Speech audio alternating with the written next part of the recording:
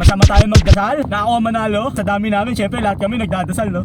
So nalilito na si Lord, sino pa papibigyan ko sa mga to? Sino pa pananalunin ko? Lord! Yung pinakamaingay ako yun! Ako yung panalunin nyo, Lord! Ako panalunin mo, Lord, please. Ako, Lord. Lalo pa ako magpapakabait, Lord. Bigay mo lang yung pangarap kong jackpot. Good morning, tropa! So eto na naman tayo, tropa.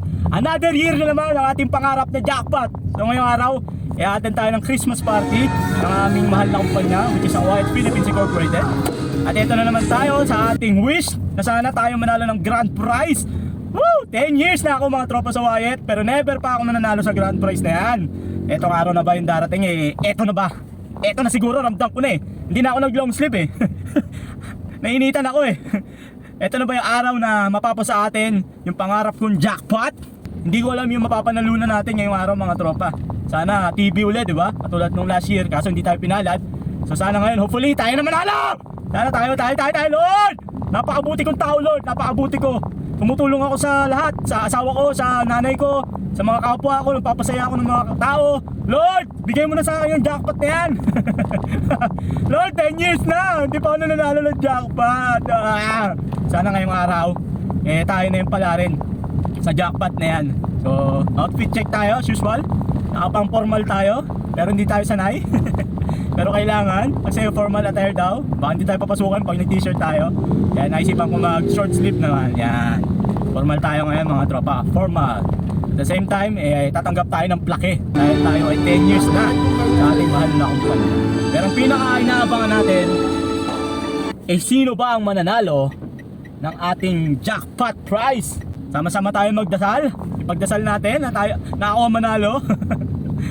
So sa dami namin, syempre lahat kami nagdadasal, no? So nalilito na si Lord, sino pa papibigyan ko sa mga to? Sino pa pananalunin ko? Lord! Yung pinakamaingay ako yun! Ako yung panalunin nyo, Lord! Siguro naman naririnig ako ni Lord, di ba? Nabubulol-bulol pa. Ako panalunin mo, Lord, please. Ako, Lord. Lalo pa ako magpapakabait, Lord. Bigay mo lang yung pangarap kong jackpot. So mamaya malalaman natin kung sino ba talaga ang mananalo ng inaasam-asam kong pangarap kong jackpot prize sa aming taunang Christmas party. Abangan!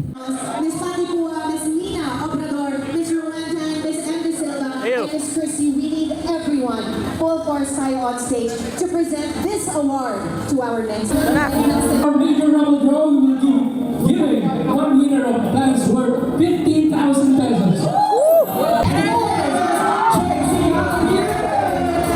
Napakaswerte! Samsung phone.